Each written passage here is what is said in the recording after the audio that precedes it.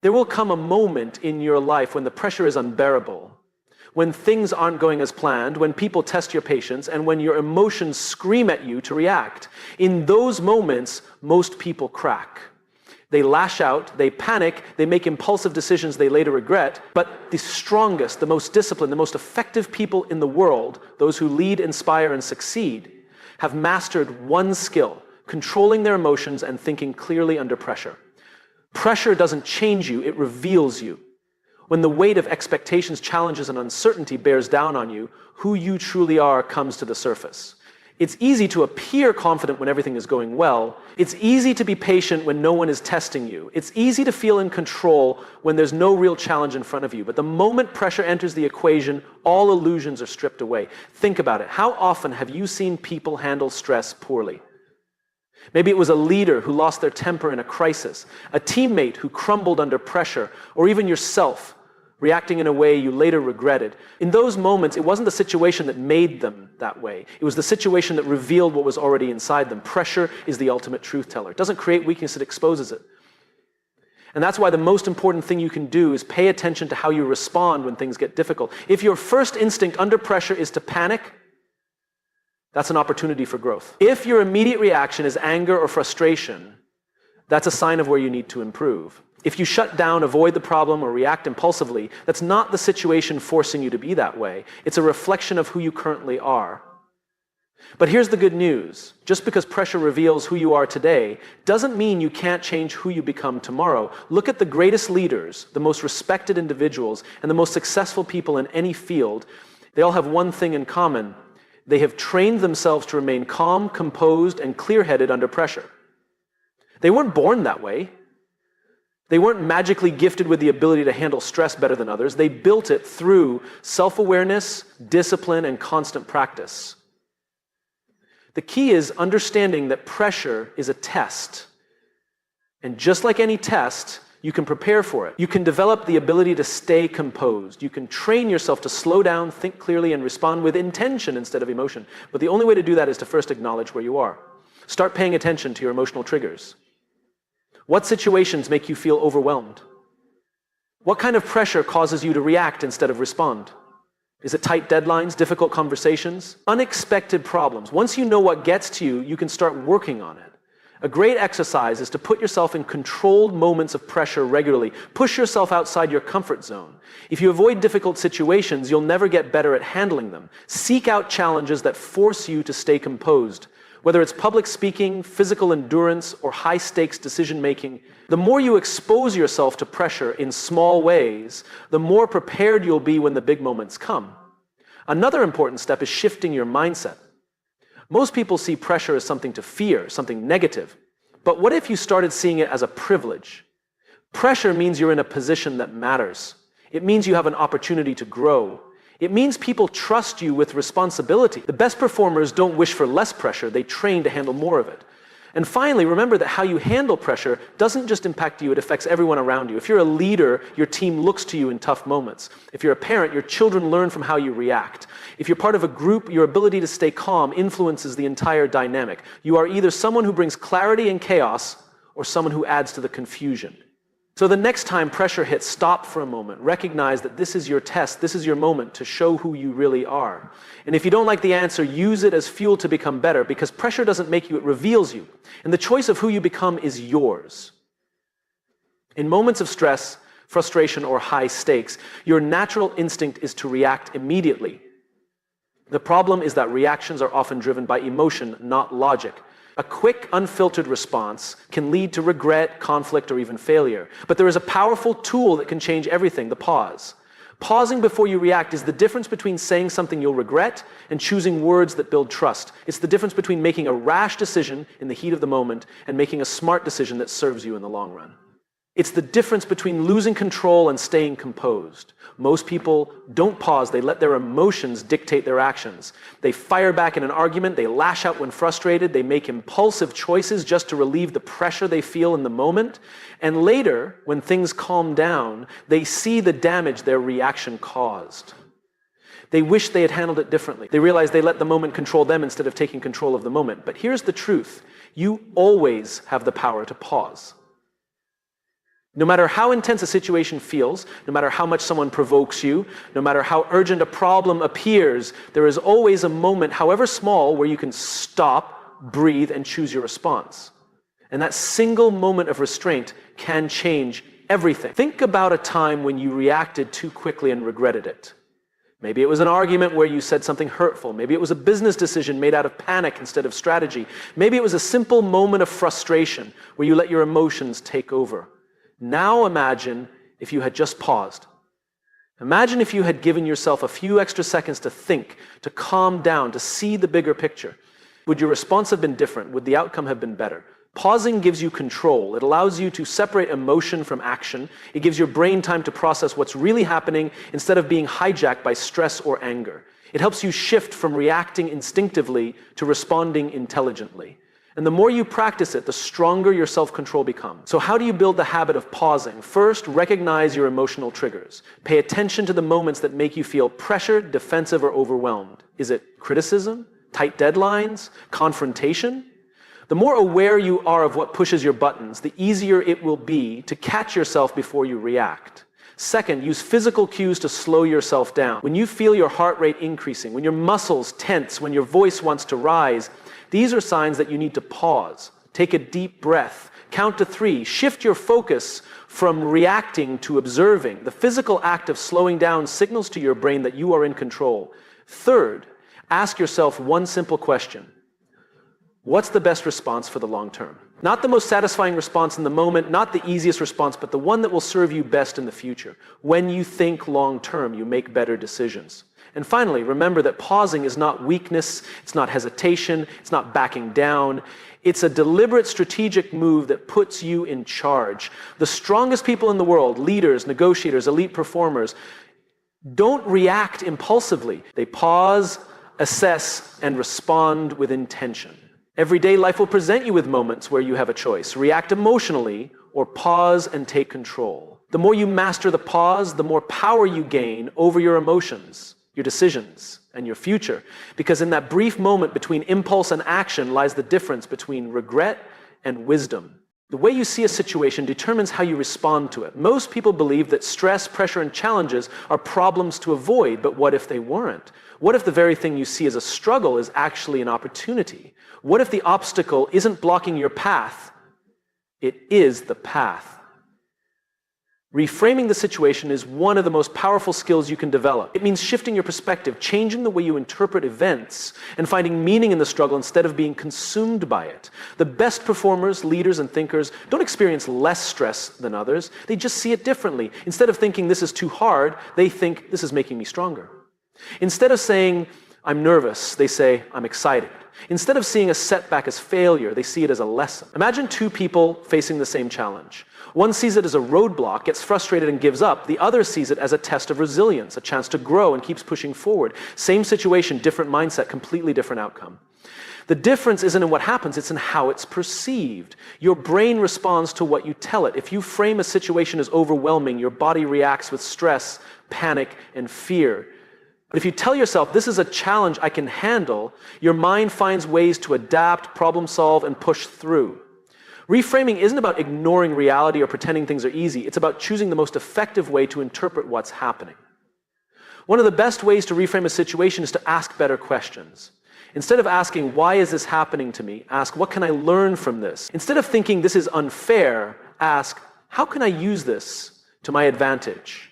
Instead of seeing stress as something negative, recognize that it's a sign that you're growing, that you're in a position that matters, that you have an opportunity to rise to the occasion. Think about the times in your life when you've faced adversity. Maybe it was a failure, a personal setback, or a time when nothing seemed to go right.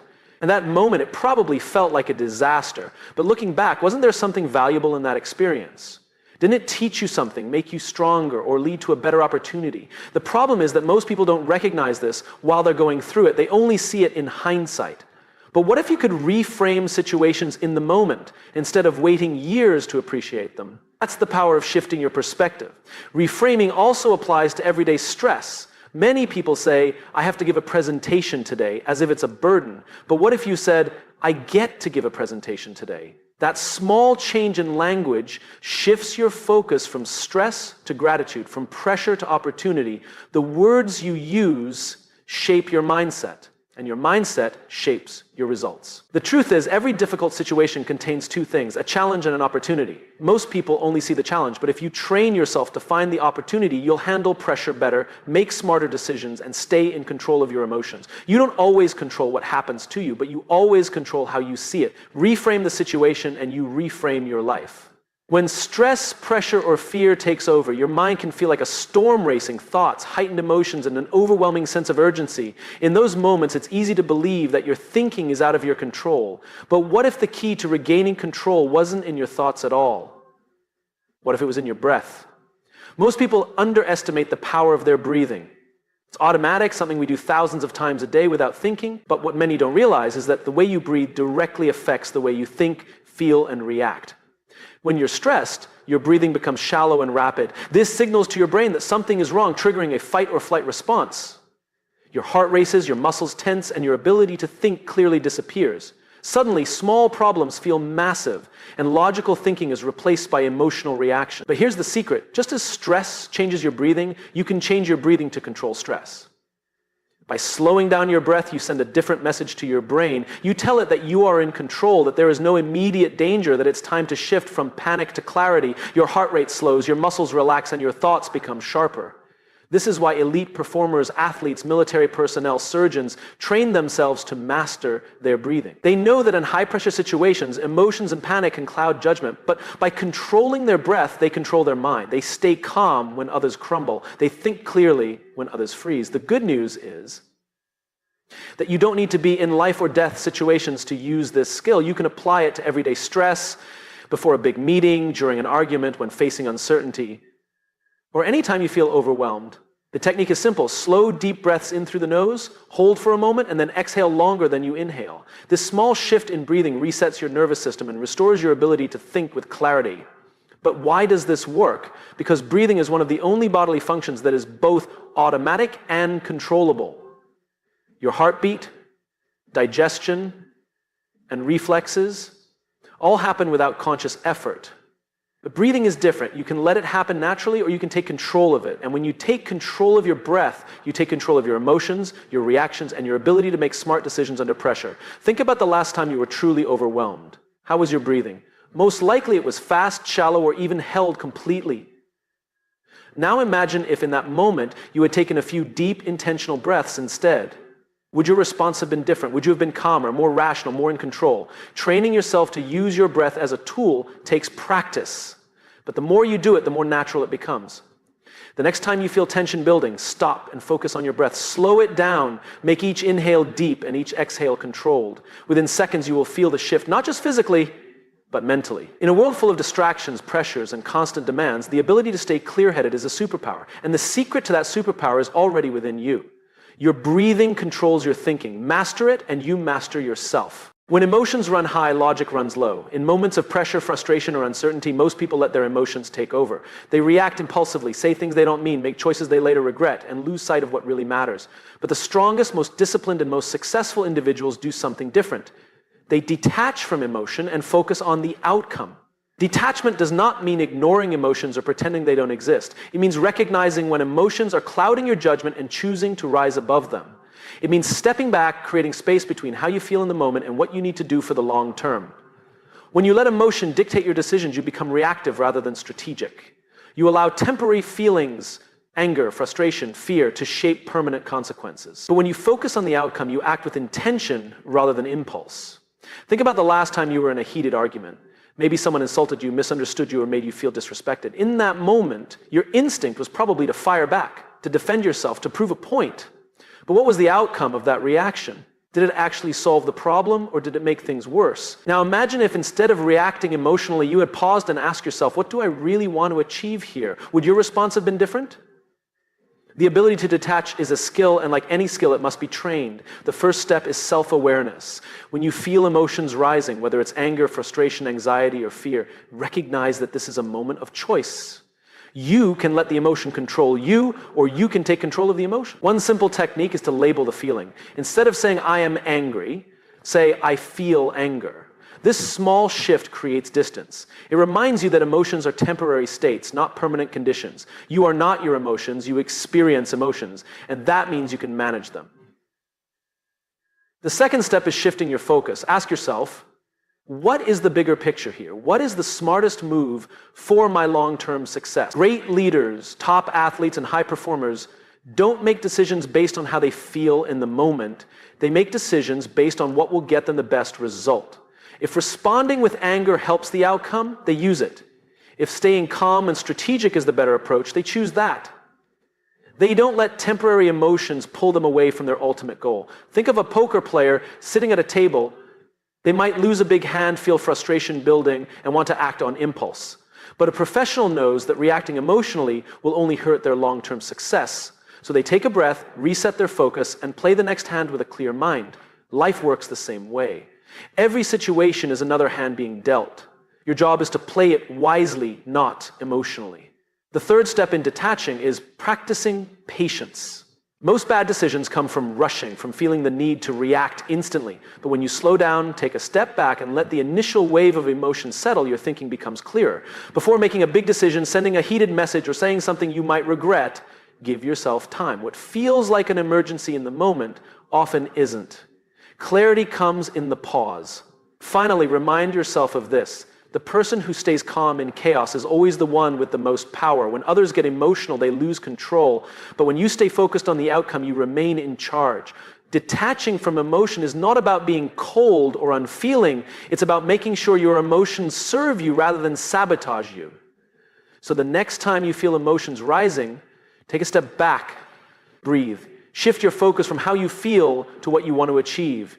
Because in the end, success isn't about reacting, it's about responding with purpose. When pressure hits, when stakes are high, and when the unexpected happens, most people rely on hope. They hope they'll stay calm, they hope they'll make the right decision, they hope they'll perform at their best. But hope is not a strategy. If you wait until the moment arrives to figure out how to handle it, you're already too late. The people who excel under pressure, the ones who make clear decisions in chaos, aren't lucky. They are prepared. They have trained for the moment before it comes. Think about the most disciplined professionals in the world. Elite athletes, military special forces, world-class leaders. They don't just show up and hope they'll perform well. They train relentlessly for every possible scenario. They put themselves under stress before the real test arrives. They rehearse difficult conversations before they need to have them. They practice making decisions under pressure so that when the moment comes, they don't have to think. They just execute. If you wait until a high-stakes moment to learn how to stay calm, you'll crumble.